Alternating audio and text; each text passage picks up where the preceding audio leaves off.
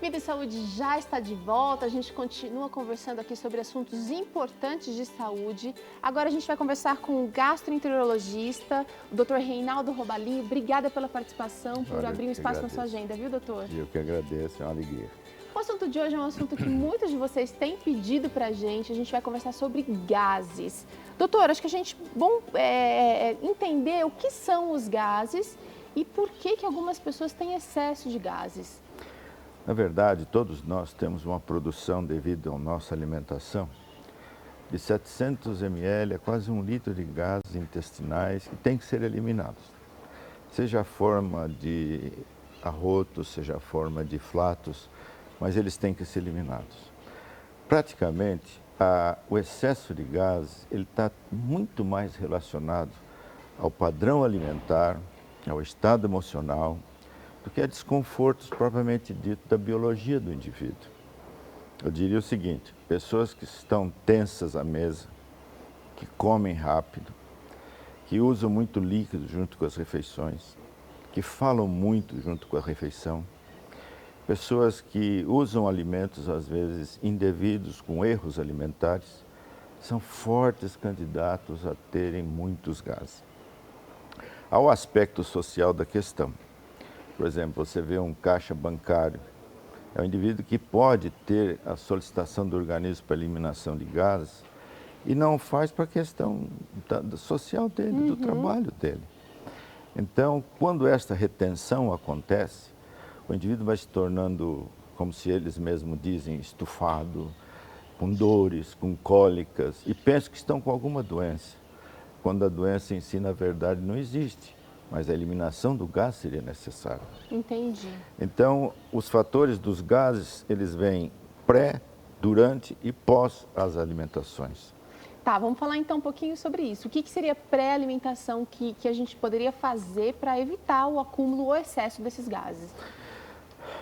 O uso abusivo apesar de alimentos naturais e vegetais, mas uma pessoa que faz uso de muitos alimentos chamados carboidratos complexos, que são as fibras, os grãos, os trigos, os legumes, as verduras. Não há necessidade do indivíduo comer uma variedade de 5, 6 dessas variedades na mesma alimentação. Certo. Então ele deveria usar mais, quem tem esse problema social, ele deveria usar uma alimentação dentro do padrão natural, mas que não fosse tão rica em fibras, não deixando de usá-las. Que usasse pouco líquido junto com as refeições, ou nenhum líquido, que seria o ideal. Ele pode tomar meia hora antes, tudo que ele quiser tomar de líquido, mas só 1h30 depois ele volta a tomar líquidos. Então a alimentação, ela teria que ter esse padrão: poucos carboidratos complexos, mastigados muito bem, evitar de ter discussões ou conversas à mesa. Em segundo lugar, essa pessoa deveria ter uma obediência absoluta aos seus reflexos evacuatórios. Tem gente que acaba de se alimentar, tem vontade de ir ao banheiro. Obedeça esse reflexo. Porque se você retém fezes, os gases serão retidos também. Por quê? Aquele alimento começa a fermentar ou aquele bolo que precisa ser eliminado, ele fica lá atrapalhando? Não. O que acontece, doutor? É um reflexo natural. A gente herda isso desde criança. Você que tem nenenzinho novo sabe que ele mama, faz cocô. Sim. E nós herdamos ou permanecemos com parte desse processo. Você tem um reflexo chamado gastrocólico. Você comeu, é como se a mente entendesse assim: entrou, tem que sair. Para que você não fique formando um depósito dentro do seu intestino, né? Outra coisa são os alimentos que são geradores de gases, mesmo que você os coma em pequenas quantidades. Tá. Para quem tem Cebola é uma grande campeã, por exemplo. mais campeã ainda, é o repolho e a berinjela. Sério? Repolho e berinjela, associado ao feijão, ao grão de bico, podem ser usados, mas com bem mais moderação do que os outros alimentos de modo geral. O doutor está falando aqui de uma coisa interessante, porque ele mencionou assim, olha, a berinjela e o repolho são os campeões, mas aí a gente pensa que raramente a gente come só o repolho numa refeição, a gente come realmente com uma leguminosa, um grão de bico, uma lentilha, que essa mistura vai então potencializar o excesso de gases. Com certeza. E fazendo isso, o indivíduo tem que saber que logo após as refeições, não deite. É melhor andar um pouquinho.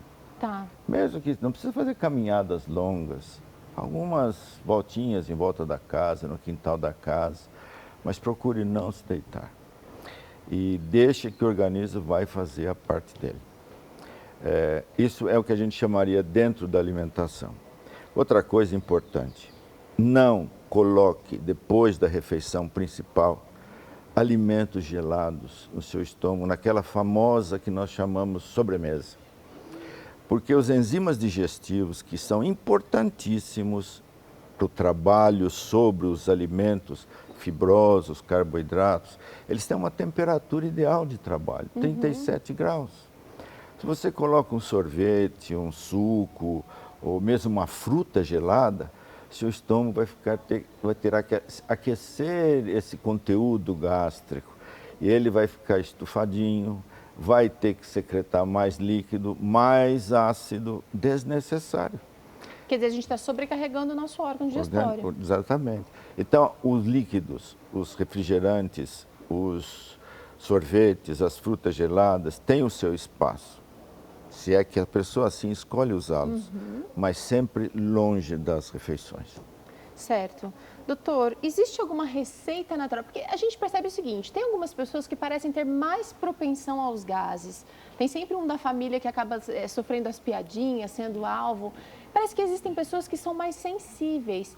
Quer dizer, toda a família se alimentou com o mesmo tipo de alimento, mas uma pessoa é mais sensível, vai ter mais flatulência ou vai se sentir, vai ter mais mal-estar. Existe alguma coisa que dá para ser feito para aquela pessoa, alguma análise, algum tipo de exame? Hoje nós sabemos que 30 milhões de brasileiros são intolerantes à lactose. Esses indivíduos, tem gente que come tomando leite.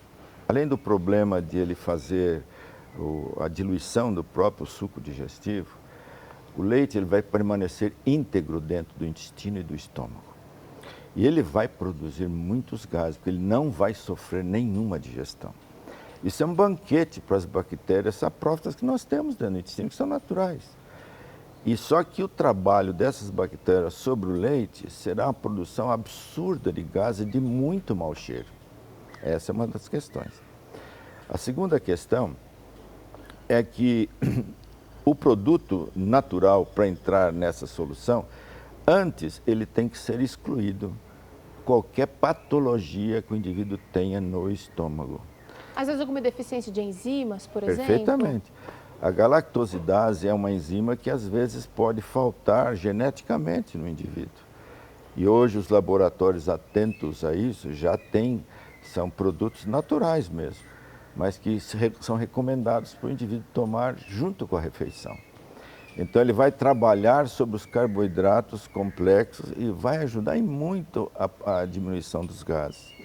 Em segundo lugar, obedecendo essas regras anteriores, eliminando os fatores orgânicos, as doenças, como que a gente pode ajudar uma pessoa do ponto de vista natural? Qualquer loja de produtos naturais vende as capsulazinhas de carvão ativado. E você pode fazer em casa, por exemplo, um chazinho de camomila com algumas gotinhas de limão, umas raspinhas de gengibre e tomar um pouquinho antes das refeições, aquecido. Você deve ter ouvido falar que em restaurantes japoneses, chineses, eles servem no final das refeições o famoso chá digestivo. Isso. Na verdade, é só um aquecimento para estimular a contração gástrica e não permitir que o alimento sofra processos degenerativos, fermentativos, patológicos, que vão passar para o intestino traduzidos na forma de gases. Então, vamos lá, uma xicrinha com chazinho de camomila, erva doce, raspinhas de gengibre, um pouquinho de limão, é excelente, junto com uma cápsulazinha de carvão ativado natural, ajuda muito, quando as outras causas são eliminadas.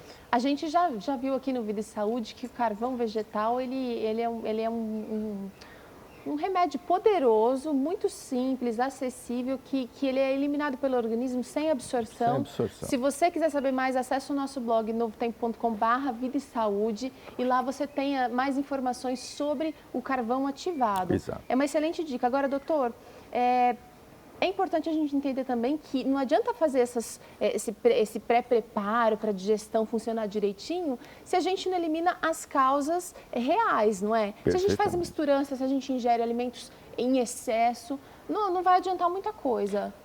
As próprias enzimas digestórias. Muitas vezes as pessoas dizem assim, eu sou vegetariano, eu como comida natural, não como carne, perdão.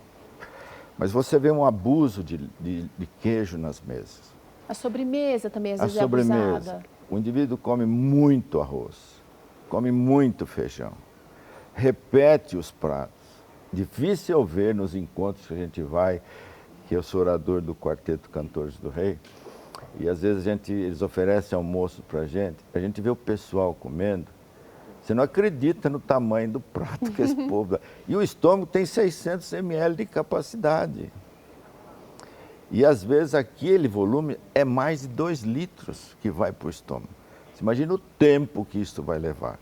Claro, vai haver um afluxo de sangue para esta região chamada esplênica e o indivíduo vai ter um sono depois das refeições que ele não pode continuar sem estar com um soninho ali deitadinho, quase perdendo a consciência, porque o cérebro baixou o seu metabolismo para mandar alimentos para essa área. Para dar um reforço para o estômago. E isso tudo porque você está forçando um órgão tão delicado, a gente tem tanta preocupação com o olho, com o ouvido, com a pressão, com o coração, e esquece o estômago.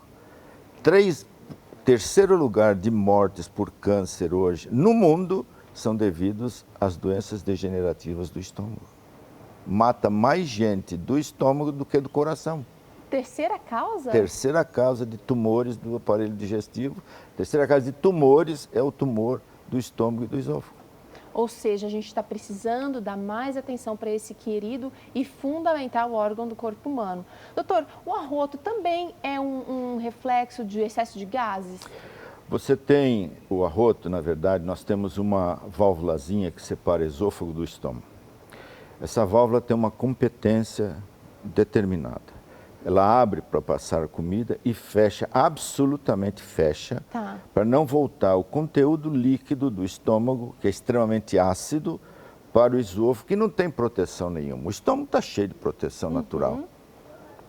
Se esta válvula sofre uma incompetência por excesso alimentar, por aumento da pressão, com o tempo ela vai cedendo essa sua competência e permitindo que a contração do estômago passe parte da sua pressão para o esôfago.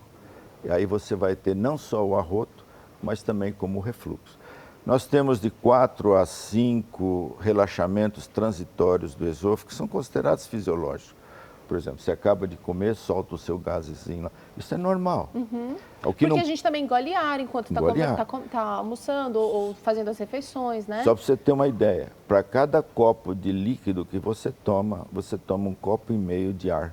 Para cada copo de líquido. Por isso que os bebês arrotam tanto. Arrotam bastante. Então você tem que tomar esse tipo de cuidado.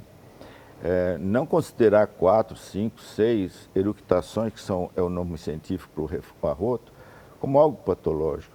Mas quando ele vem acompanhado de queimor, de sensação de comida subindo, de sensação de bolo na garganta, de perda de voz, às vezes, sufocação noturna, isso é uma grave alteração do refluxo gastroesofágico.